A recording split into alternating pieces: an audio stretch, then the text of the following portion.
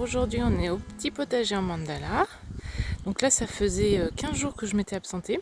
15 jours pendant lesquels il n'a presque pas plu. Il y a plu juste les 2 derniers jours avant que je revienne. Donc j'étais partie travailler. J'ai eu le temps de faire un petit tour au potager. Donc bon là je vois que les tomates elles ont attrapé le mildiou. Bon c'est normal, là on est fin octobre. Et finalement j'avais très peur pour mes petits semis qu'on avait fait ensemble, tous mes semis de légumes d'hiver. Et ils ont survécu malgré qu'il n'y ait pas plu pendant presque 15 jours. Bon en ce moment là il pleut tous les jours, hein. Ça se rattrape bien, et tant mieux. On en avait bien besoin. Mais pendant mon absence, tout était sec. Mais ils ont survécu, tous mes petits. Là ce sont mes navets. Ici c'est des radis noirs si je dis pas de bêtises. Là on a des choux pak choi. Ici, ce sont les radis d'hiver violets de Gournay, donc ils ont bien poussé aussi. Bon, par contre, pendant mon absence, il y a eu des grosses attaques de chenilles et de petits escargots. Là, il y a plein de bébés escargots partout, j'en ai enlevé énormément hier. Je vais refaire un petit tour tout à l'heure. Donc voilà, ça s'est plutôt bien débrouillé en mon absence, je suis assez contente parce que je pensais que tous mes semis n'allaient pas survivre parce que quand je suis partie, c'était déjà très sec et sans aucun arrosage pendant 15 jours, j'avais très peur. Mais au final, ils se sont bien débrouillés. Ici, il y a les petits choux chinois tatsoi que j'ai essayé. Donc, c'est des petits choux qui vont pousser en rosette. Ils sont aussi bien fait attaquer. Il y a quelques épinards qui ont poussé. Mais dans l'ensemble, ça s'est mieux débrouillé que je pensais. Et vous voyez, il y a encore pas mal de légumes d'été. Un petit floki qui fait le tour du potager pour voir comment ça va. J'ai récolté mes petites courges. Alors je les avais récoltées avant de partir un peu en urgence. J'avais peur qu'ils se mettent à geler. Et donc je les avais récoltées pour les rentrer et j'ai oublié de les rentrer. Donc au final heureusement il n'a pas gelé. Elles sont restées là et tant mieux. Il y a eu une toute petite gelée blanche à première vue mais rien de très grave. Alors aujourd'hui j'ai ramené du crottin du petit haras où je travaille en ce moment. Donc je m'occupe du petit haras pendant que les propriétaires sont absents.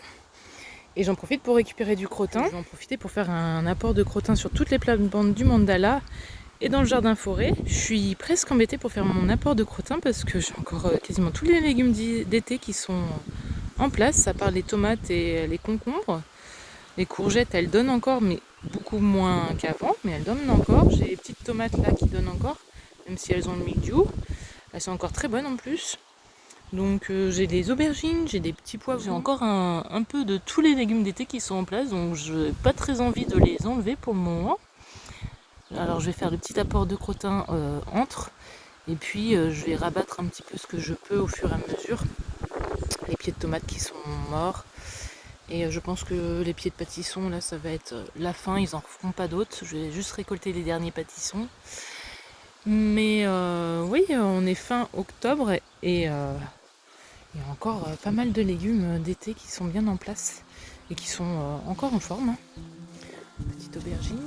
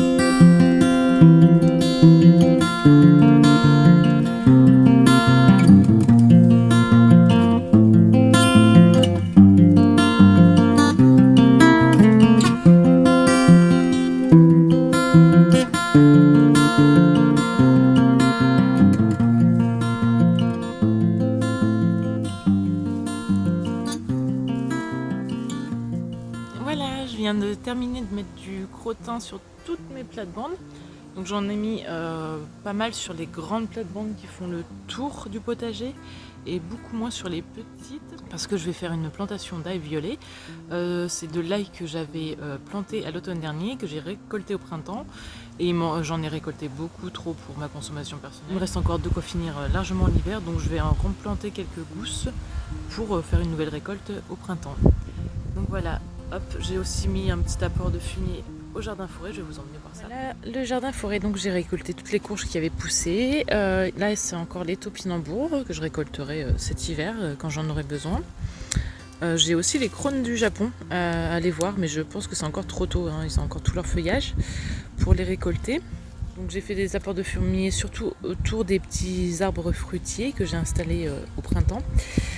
Et puis j'en ai remis un petit peu quand même dans toute la zone où je cultive les courges. Je pense que l'année prochaine je remettrai des courges aussi au sol, comme ça j'ai bien aimé. J'ai trouvé que ça protégeait bien les petits arbres fruitiers. Donc voilà, il y en a qui ont perdu toutes leurs feuilles, ça y est. Là c'est un pêcher je crois, si je dis pas de bêtises. Donc voilà, ça a bien poussé. Au bilan pour les arbres fruitiers, je pense quand même en avoir perdu 3, enfin 2, peut-être 3. En fait, j'ai perdu, lui ça va, bon il fait la tête, mais il est toujours vivant. Là c'est un myrtillé, mais lui il est toujours vivant, mais par contre celui-là, voilà, du début je l'ai perdu très vite.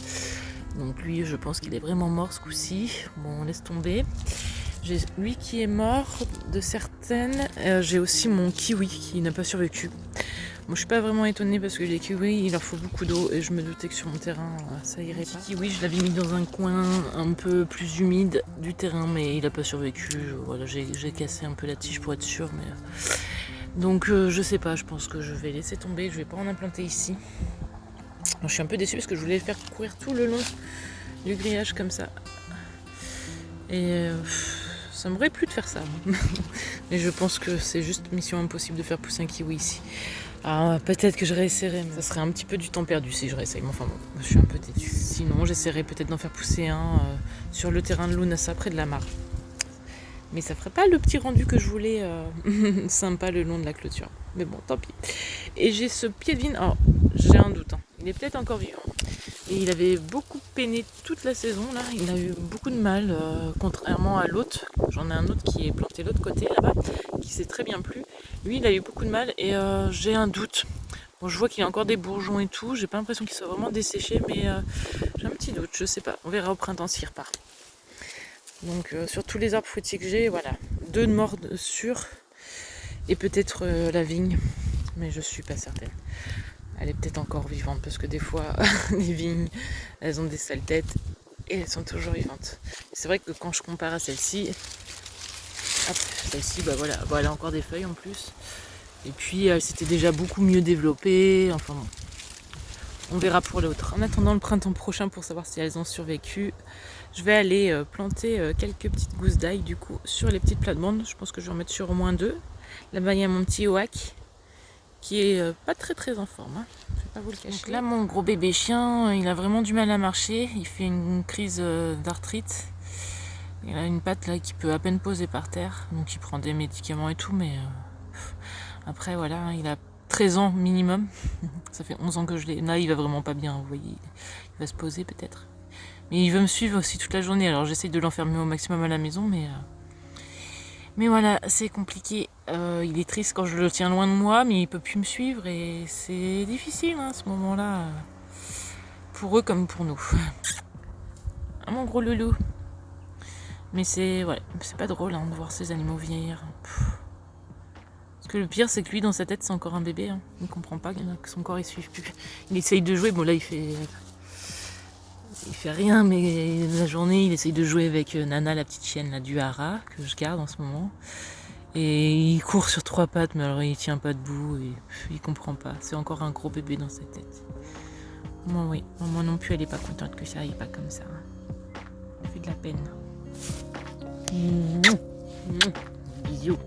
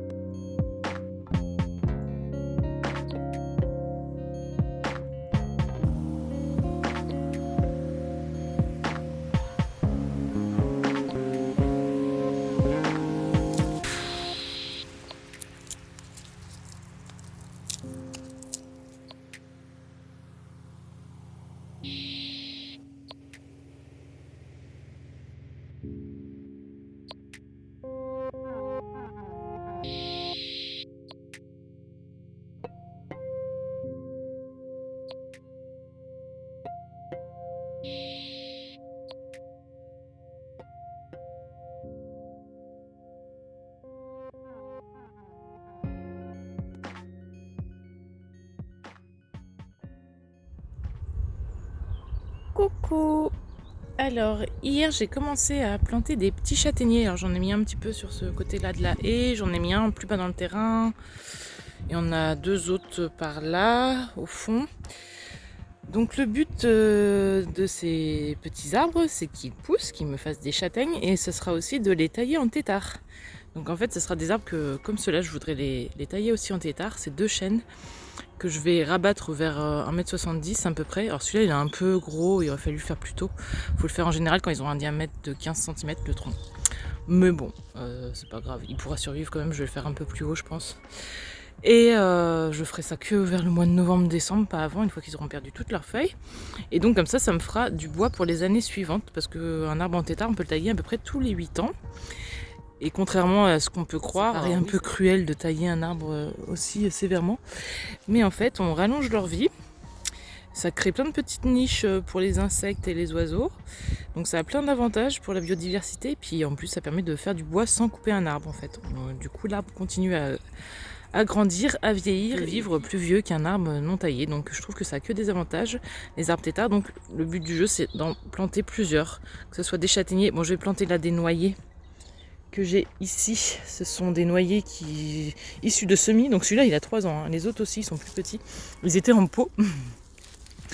Et ça fait 3 ans du coup que je me dis qu'il faut que je les plante. Enfin 2 ans qu'il faut que je les plante. Et à chaque fois je rate le coche. Donc là c'est un peu tôt presque pour le faire. Mais je préfère le faire maintenant que ne pas le faire encore cette année. Donc celui-là il est grand, je sais pas, il doit faire presque 2 mètres je crois. J'en ai un autre qui est aussi grand dans un autre pot. Bon après j'en ai beaucoup qui avaient pris en petits noyers. Et je pense que je vais pas tous les planter sur mon terrain. Il y en a que je vais sûrement planter sur le terrain, un terrain familial, je pense. Donc voilà, le but c'est d'en mettre un peu partout. Donc les noyers, c'est pas terrible pour faire des arbres tétards. Ils aiment pas vraiment être taillés, donc ça je sais pas si je les taillerai plus tard. Mais les châtaigniers à première vue, ça me fonctionne plutôt bien. Et tout ce qui est chêne aussi, ça fonctionne bien. Les saules aussi, donc les saules c'est des bois blancs, donc eux on peut les tailler tous les 5 ans au lieu de tous les 8 ans. Donc voilà, le but c'est de pouvoir aussi faire un maximum de mon bois de chauffage sur mon terrain. Donc les noyers pour le moment je sais pas trop où je vais les planter. Là je suis en train de chercher parce que mine de rien là j'ai un figuier qui est quelque part par là-bas. J'ai 2 petits châtaigniers, donc s'ils poussent, voilà, ils vont déjà prendre pas mal de place. Par là j'ai un mûrier noir qui pareil peut être taillé en tétard. Donc 2 chênes. Là j'ai mon sapin, donc ici je veux rien mettre d'autre. Plus haut, là-bas, j'ai un petit noyer qui a poussé tout seul. Donc, mine de rien, il y a pas mal d'arbres qui sont en train de se développer sur ce terrain. Mais voilà, ce sont des arbres issus de semis, donc il faut du temps avant qu'ils deviennent gros. J'en ai encore pour quelques années.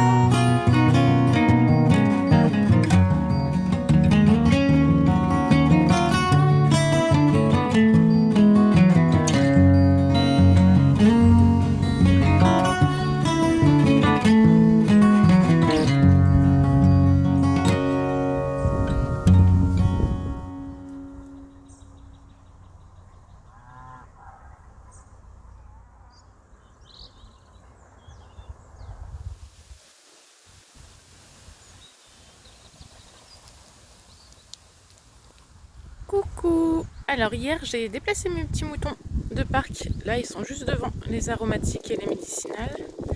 Avant ils étaient là-bas vers la mare.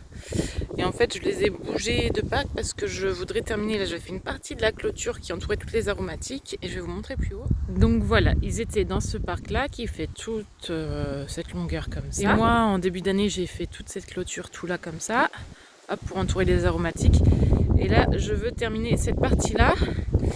J'avais mis le filet là qui leur sert de parc. Mais c'est tout le temps une galère à déplacer ce genre de filet. C'est qu'à long terme je puisse voilà, faire plein de parcs en fixe. Je n'ai plus à utiliser ce filet. Bon, c'est un filet électrique mais que j'électrifie pas, ça sert à rien. Mais c'est toujours une grosse galère à déplacer, il y a toujours des herbes qui poussent dedans. Donc là j'ai un petit peu de temps pour faire ça. Je vais clôturer la petite partie qui me reste. Il doit me rester à peu près une vingtaine de mètres à faire en clôture. Donc je vais faire ça aujourd'hui tant qu'il fait beau et qu'il pleut pas. Je vais en profiter au maximum. Partie. Là les petits moutes ils se sont bien installés. Au début hier c'était un petit peu stressé de changer d'endroit mais là ça va, ils ont l'air détendus.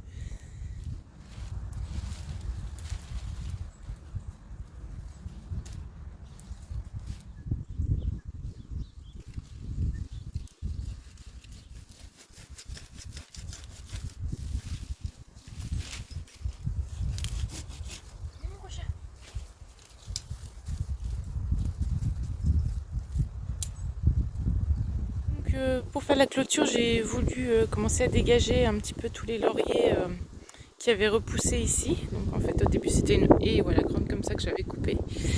Et puis bon, bah, évidemment comme je n'ai pas dessouché, ils refont des rejets, mais c'est pas grave, ça me fait du petit bois et du paillage.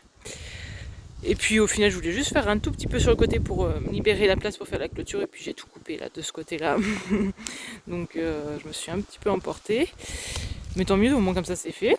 Fallait que je le fasse. Hein. Parce que ça faisait bien 2 ans que ça n'avait pas été fait. Il commençait à avoir des belles sections de bois là. Et puis là il me faut des piquets donc pour faire mon petit morceau de clôture. Donc j'ai calculé, j'ai 17 mètres de long, donc il me faut 5-6 piquets. Donc je faisais le tour du terrain pour essayer de voir si j'avais pas du bois pour faire des piquets parce que j'en ai plus. Et puis je me suis un peu égarée.